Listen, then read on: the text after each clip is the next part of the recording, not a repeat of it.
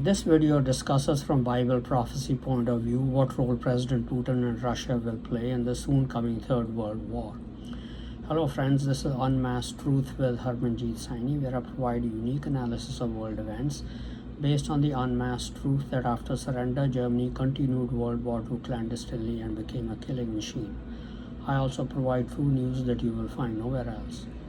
The question: what role will President Putin and Russia play in the soon coming Third World War? Short answer: depends entirely on how Germany and China deal with Russia. If they had left President Putin alone, Russia would have played no role. But since Germany chose to try and install nuclear weapons and develop biological and chemical weapons in Ukraine, President Putin was forced to respond to protect Russia. If the Nazi Zelensky had not agreed to the German scheme, Russia would have played no role in the Third World War. I will prove that from Bible prophecy. I will also show how Germany was misled about Bible prophecy. Here are the latest developments in Russia. President Putin's previously close ally Yevgeny Prigozhin mutinied against him and ordered soldiers in his own military company, the Wagner Group, to leave their field camps in eastern Ukraine fighting the Ukrainians, German masqueraders and Germans there, and begin their march on Moscow on Friday, June 23, 2023. As best as I could gather from media reports, what prompted Prigozhin's move is that his soldiers were either winning some victories in Ukraine or holding the line and had asked for more ammunition from Moscow, which was not being supplied. These complaints had started months ago. The Associated Press reported that he claims that Russia bombed his bases and killed about 2,000 of his soldiers. He then criticized Russia's invasion of Ukraine and stated on the social media platform Telegram that the Russian military must be stopped vowing revenge and that his forces will destroy any resistance. Prigozhin then ordered his mercenaries to march on Moscow. They marched towards Moscow and took control of headquarters of Russia's southern military district in the city of Rostov-on-Don and occupied key other government buildings. In the process, they brought down 6 Russian military helicopters. An angry President Putin went on TV to say that Russia had been stabbed in the back. Then a deal was brokered with the help of Belarus President Alexander Lukashenko, in which Prigozhin will head to Belarus and the mercenaries will go back to their field camps. According to the New York Times, Wagner fighters who did not participate in the mutiny would have the option of signing Russian Defense Ministry contracts, while the others would avoid prosecution due to their heroic deeds on the front. Most analysts seem to think that the attempted mutiny has left Putin in a weaker position and more vulnerable to future challenges to his authority. If Prigozhin's claim that Russia bombed his bases and killed about 2,000 of his soldiers is true, then who in the Russian army could be responsible for this act? It's possible elements in the army wanted to create a rift between President Putin and Yevgeny Prigozhin. The possibility that these elements were German masqueraders cannot be ruled out. They are fully capable of such diabolical plots. Now, Germany and China's enemy in the Third World War is first the United States, British Commonwealth or Britcom nations, and the Jewish state of Israel. They know that if they can defeat these nations, their control of the world is assured. It's only these nations that prevent them from taking over and occupying lands of other countries. Germany and China started out with making plans to attack and conquer the United States and Britcom nations because Bible prophecy indicates that these nations will be defeated by a German-led alliance and enslaved. But they were worried about Russia's response to their attack on the United States and Britcom nations. I will get to what may have led them to such thinking. They wanted to neutralize Russia so that it will not be in a position to interfere with their war plans. The best way for them to accomplish that was to involve Russia in a prolonged war. That was accomplished with the cooperation of Ukraine. President Zelensky has already explained. After seeing Russia's relatively poor position in the war with Ukraine, Germany and China started getting other ideas. They got sidetracked from their original plan. They started considering the possibility of attacking Russia and occupying a chunk of its territory to fulfill their energy needs. But now they seem to have faced the reality that Russia has more nuclear weapons than any other nation on earth and could obliterate China and Germany. They too have enough nuclear weapons to obliterate Russia. Mutually assured destruction is not very comforting for any party.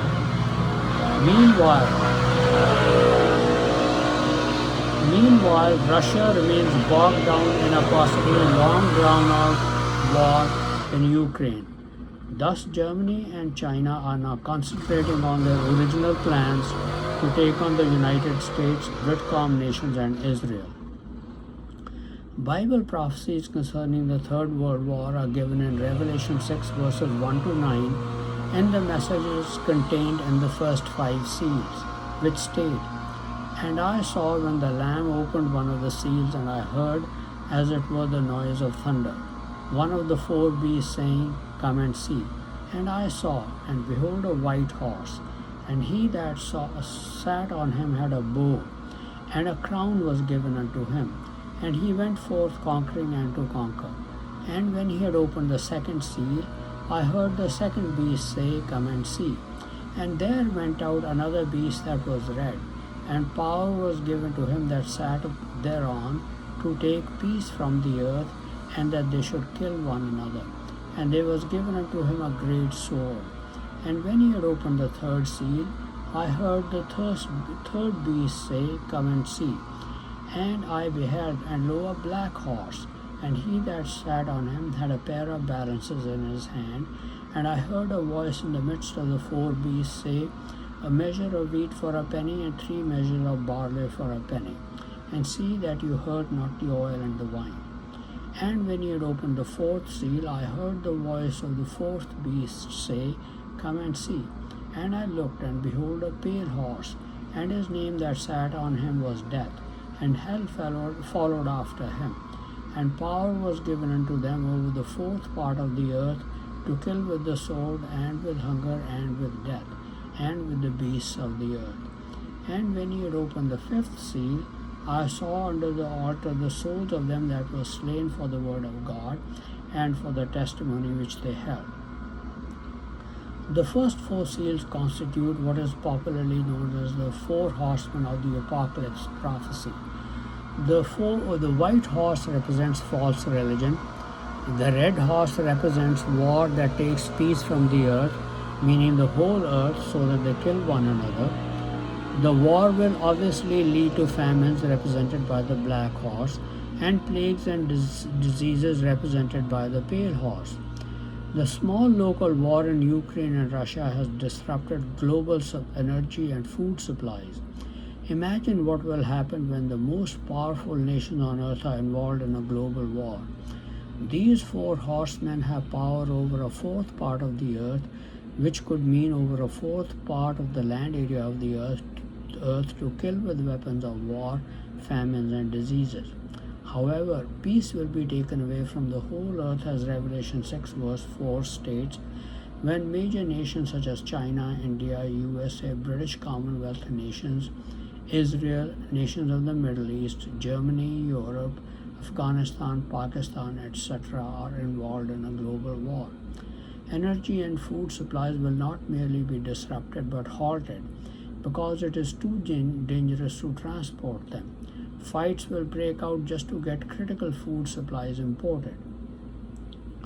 This prophecy does not indicate specific nations that will be involved in the world war, but the 5th seal of Revelation 6 verse 9 makes it quite clear which nations will be definitely involved, because the event of the 5th seal follows the first 4 seals.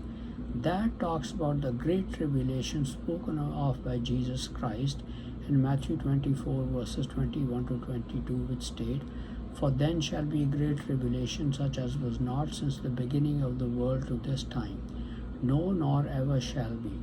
And except those days should be shortened, there should no flesh be saved. But for the elect's sake, those days shall be shortened. And we also know that as the time of Jacob's trouble, as spoken of by Jeremiah the prophet in Jeremiah 30 verse 7, which states, "Alas, for that day is great, so that none is like it. It is even the time of Jacob's trouble, but he shall be saved out of it." Now, Jacob means the United States, Britcom nations, and Israel. The war will be fought against them by the Germans, who are the modern descendants of the ancient Assyrians, as prophesied in Isaiah 10 verses 5 to 6, which state, "O Assyrian, the rod of my anger, and the staff in the hand is my indignation. I will send him against a hypocritical nations," meaning descendants of Joseph, the United States and Britcom nations, "and against the people of my wrath will I give him a charge, to take the spoil, to take the prey, and to tread them down like the mire of the streets." Thus, these prophecies clearly show that the Third World War will be fought between the United States, Britcom nations, and Israel against a grand alliance led by Germany. Other prophecies in Revelation 13 and 17 show that Germany will be resurrecting the Holy Roman Empire, which means Europe is in alliance with Germany. Since the war will engulf much of the world, Germany's other global alliance partners, China, Narendra Modi's India, the Afghans and Pashtuns in Pakistan, the Palestinians, the Iranians who are allied with China, will also be involved. And when Iran is involved in a global war, they will try to involve the Arab world.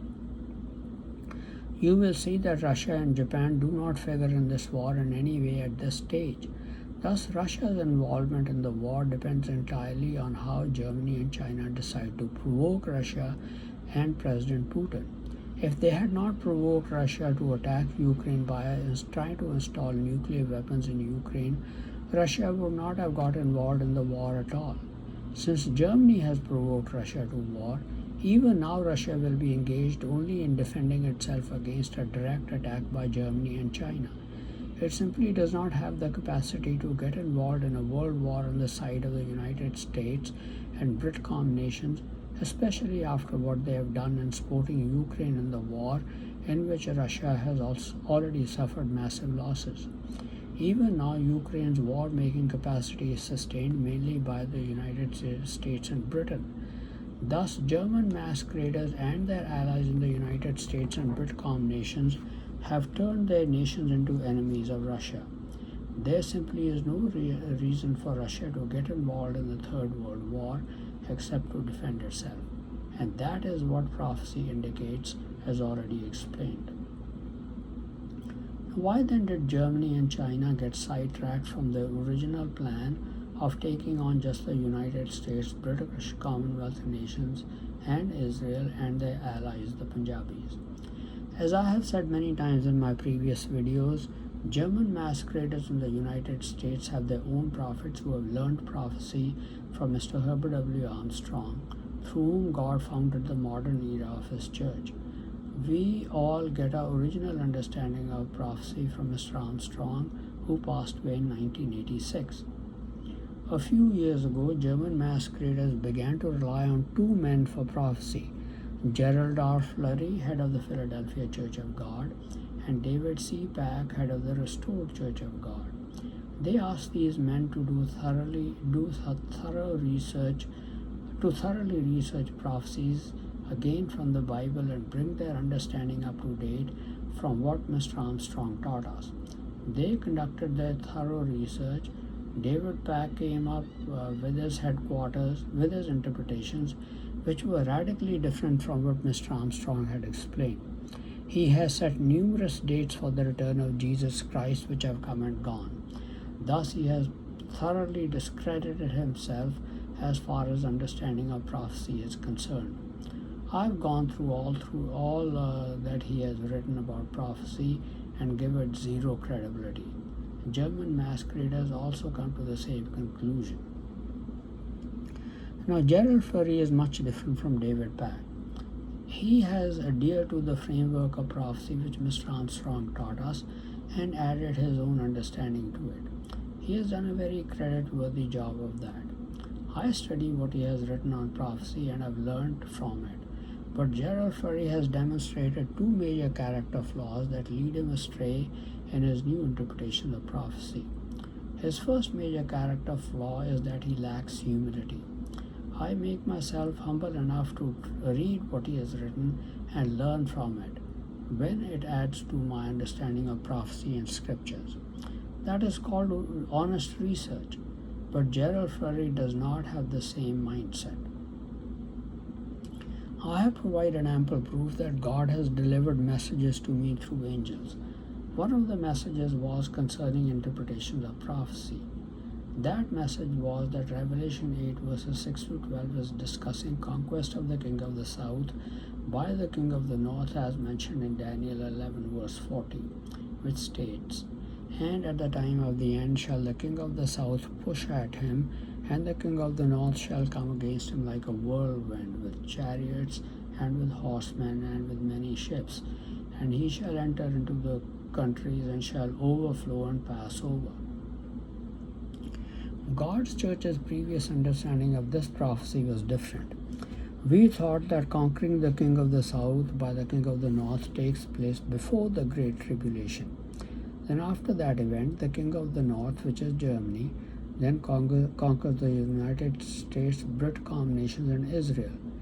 But the message delivered to me by the angel showed that the conquest of the king of the south by the king of the north occurs during the Great Tribulation as prophesied in Revelation 8 verses 6 to 12, which comes from the United States, Britcom nations, and Israel after they are conquered by the king of the north.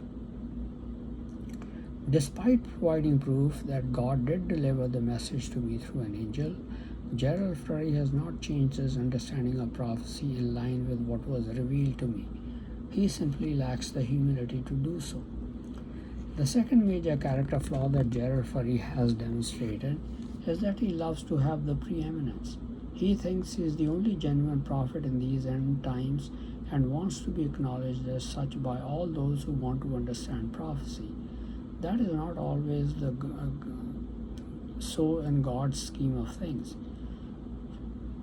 During Daniel's time, Jeremiah and Ezekiel were also active as prophets.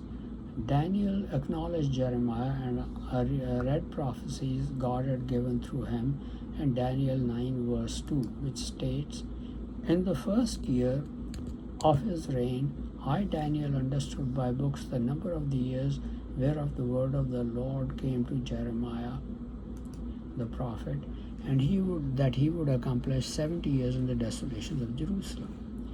Because Gerald Furry believes he is the only true prophet of God, he injects himself in every prophecy that talks about a prophet delivering a message to the world in the end times. That is the mistake Gerald Furry is making in his prophecies concerning Russia and Putin's role in the coming Third World War and subsequent prophecies.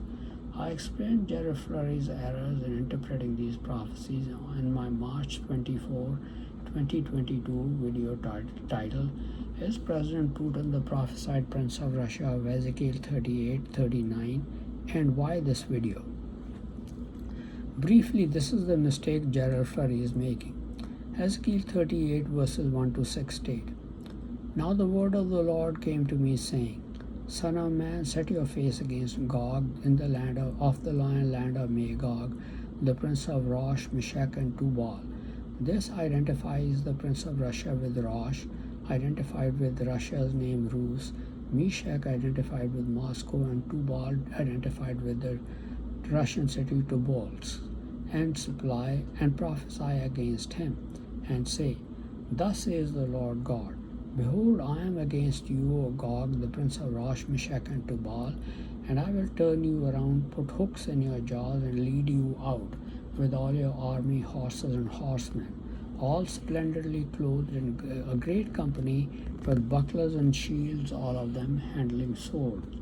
Persia, Ethiopia, and Libya are with them, all of them with shield and helmet, Gomer and all its troops, the house of Togarmah from the far north and all its troops, many people are with you. In the booklet titled The Prophesied Prince of Russia, Gerald Flurry claims that President Putin is the prophesied Prince of Russia. He believes that the first two verses of Ezekiel 38 are talking about he, that is Gerald Flurry himself, being the Son of Man, warning the Prince of Russia, President Putin. Here is what he writes in his booklet. The Son of Man, God's human messenger, meaning Gerald Flurry himself, is to identify this prince. Unless he knows who the prince is, God's messenger cannot deliver the message against him. God's watchman, meaning Gerald Flurry himself, warns the nation of Israel in particular about the danger of Russia and China and how events in these nations are all going to end.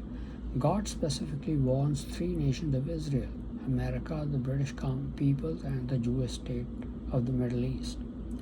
Essentially, what Gerald Flurry is claiming that he is the watchman or Son of Man asked to prophesy against Putin, whom he identifies as the Prince of Russia, and warn the United States, British Commonwealth nations, and Israel about the danger they face from him in China. The booklet continues. Verses 1 to 2 begin to be fulfilled before the Great Tribulation, the day of the Lord and Jesus Christ's second coming. When you study these scriptures alongside current events revealing modern Moscow's imperialist direction, you see that Russian President Vladimir Putin could well be the Prince of Russia. We strongly believe he is. Ezekiel's command from God is to prophesy against him, a single individual. These verses are being fulfilled at this very moment, meaning by what he has written in the booklet. There has to be a type of Ezekiel here today to deliver that message. Gerald Flurry is implying that he is the type of Ezekiel fulfilling this prophecy. Mercifully, Gerald Flurry restricts his role only to preaching his interpretations of prophecy. He continues. Around AD 90, the Apostle John recorded an amazing prophecy, and the number of the army of the horsemen were 200,000, and I heard the number of them. That means an army of 200 million men. That is more people that then were alive in the world when the prophecy was recorded. So this is an end-time prophecy that we are certain to see fulfilled very soon. The Bible refers to this Asian confederacy as the kings of the East. Gerald Flurry then writes, I believe Ezekiel 38 verse 2 actually revolves around the prince leading the 200 million man army, which includes China and other nations, but the two key nations are Russia and China. Gerald Flurry thus identifies President Putin as the Prince of Russia, who will lead a 200 million man army of the East against Europe. Now, why are the Germans concerned with Gerald Flurry's interpretation of these prophecies? The answer is that after the defeat of the United States, Britcom nations, and Israel by the German-led European alliance, the 1,260-year-long Great Tribulation begins immediately. The Great War with the East leading a 200 million man army against Germany and Europe takes place in the last year of these days. Germans like to cover all their bases. They want to prevent President Putin from mustering together and leading this army against them. That's probably why they want a war with Putin to depose him or assassinate him. This is simply a misunderstanding of prophecy. Read the 200 million man army prophecy again in Revelation 9 verse 16. And the number of the army of the horsemen were 200,000, and I heard the number of them. The Asian Confederacy is identified as the kings of the East in Revelation 16 verse 12. GRF, thus Gerald Flurry, is inserting President Putin as the head of this conspiracy without any basis. Kings of the East does not in any way imply that Russia under President Putin will be the sole head of it. I am not saying that Russia will not be headed by Putin when this prophecy is fulfilled. In the kings of the East Russia, China, Japan, India, Iraq, Iran, and other South Asian countries, Central Asian as well as Southeast Asian nations could be represented. That does not mean Russia and Putin will be the head of this conspiracy. Gerald Fleury is interpolating his own self-conceived ideas into this prophecy. Revelation 9 verses 4 to 6 indicate that the war with the 200 million man army will be preceded by a 5-month-long war with biological and chemical weapons. That's the reason Germany wanted to build such weapons in Ukraine to be used against Russia. However, this also takes place in the last 1 year of the Great Tribulation. Europe and Asia will have 2.5 years to build these weapons under Satan's influence to guide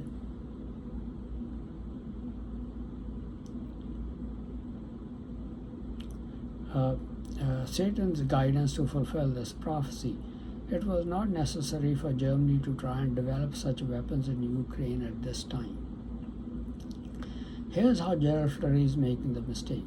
He says that he is a type of Ezekiel the prophet is fulfilling Ezekiel 38 verses 1 to 2. Since he is the Son of Man, he is required to identify the Prince of Russia who is to be warned. He identifies President Putin as that Prince of Russia. So he is warning him by writing his booklet, The Prophesied Prince of Russia. He also states in the booklet, if you study Ezekiel 38 and 39, you will see that much of this prophecy takes place after Christ's second coming. These chapters make plain that the end-time kings of the East will also play a role in the Second World War. The first occurs right at the return of Jesus Christ. The second is waged a few years after it. That is where Gerald Fleury is making his big mistake. He sees that kings of the East will fight the first war against Jesus Christ immediately after they have fought German-led Europe with a 200 million man army. This is the prophecy in Revelation 9 verse 16. But they will fight the second war after Jesus Christ has already returned and American, British and Jewish slaves have been rescued and are living safely in and around Jerusalem. This is the prophecy mentioned in Ezekiel 38 verse 39. Gerald Fleury's big mistake is that he thinks Ezekiel 38-39 is referring to both wars. That is not true. I have carefully read the two chapters again and cannot escape the conclusion that Gerald Fleury that Ezekiel 38-39 is referring only to the eastern nations attack, almost the same nations as involved in the first attack on Jerusalem. The second time, as Ezekiel 38 verse 8 makes clear, which states, after many days you, Gog and Magog, China and Russia, shall be visited. In the latter years you shall come into the land that I brought you back from the sword, and is gathered out of many people against the mountains of Israel, which have been always waste, but it is brought forth out of the nations, and they shall dwell safely, all of them. The attack in Ezekiel 38-39 occurs some years after the kingdom of God has already been established, perhaps a generation or two later. By that time, President Putin could be 90 to 120 years old. You can safely bet that he won't be ruling Russia at that time. We have already discussed that in the first attack of the Eastern nations on Europe, there is no single nation identified as heading the Eastern Confederacy. Therefore, Gerald Fleury stating that it will be President Putin has no basis. Putin could still be the ruler in Russia at that time when the 200 million man army attacks European alliance. But prophecy does not say these forces will be led away by a Russian ruler. Gerald Fleury loves to picture himself as a type of the prophet Ezekiel's commanded to warn Putin. The Prince of Russia has prophesied in Ezekiel 38 verses 1 to 2.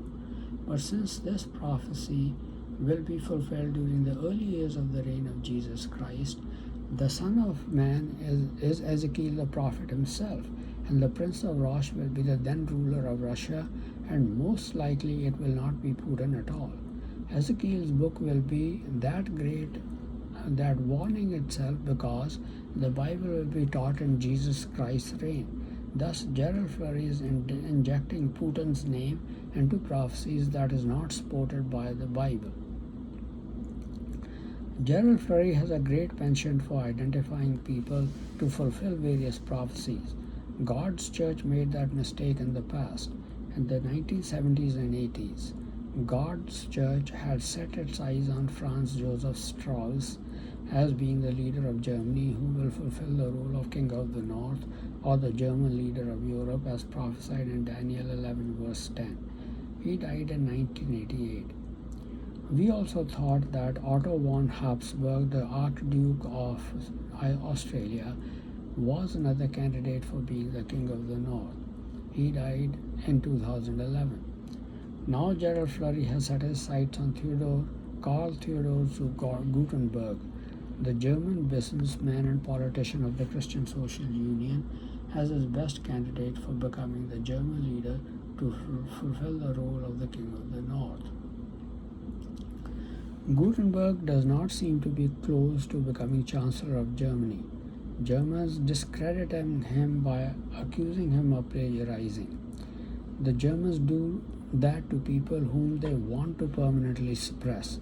Perhaps Gerald Flurry does not realize that. I doubt if Karl Gutenberg will ever become Chancellor of Germany. Gerald Flurry has also been prophesying for decades that the leader of Iran will be the King of the South in Daniel 11 verse 40, who I think it is a possibility. It's quite probable that he will not be. Leader of Europe is another candidate for fighting that role. Why? Because of the attack of King of the North against the King of the South in Daniel 11 verses 42 to 40 state. And the land of Egypt shall not escape, but he shall have power over the treasures of Egypt and of silver and over all the precious things of Egypt.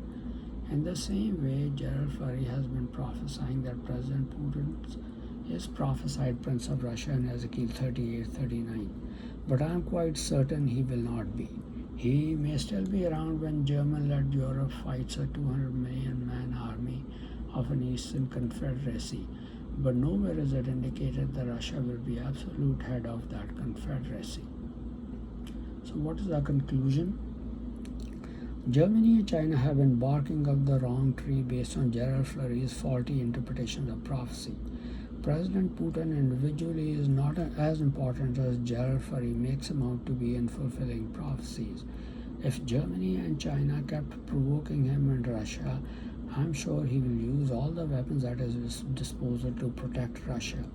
If they leave him and Israel alone, he will not get involved in any war on the side of the USA, Britcom nations and Israel, especially since they have made life expectancy difficult by him, who being the primary support systems, who being the primary support for weapons for the Ukrainian forces, and opposing crippling global financial and economic sanctions.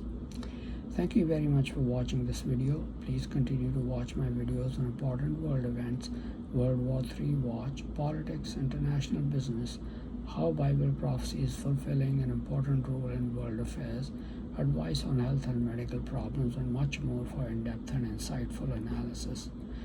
Please also subscribe to my YouTube and Facebook channels Unmasked Truth with Harmanjit Saini to view and get information on the latest videos.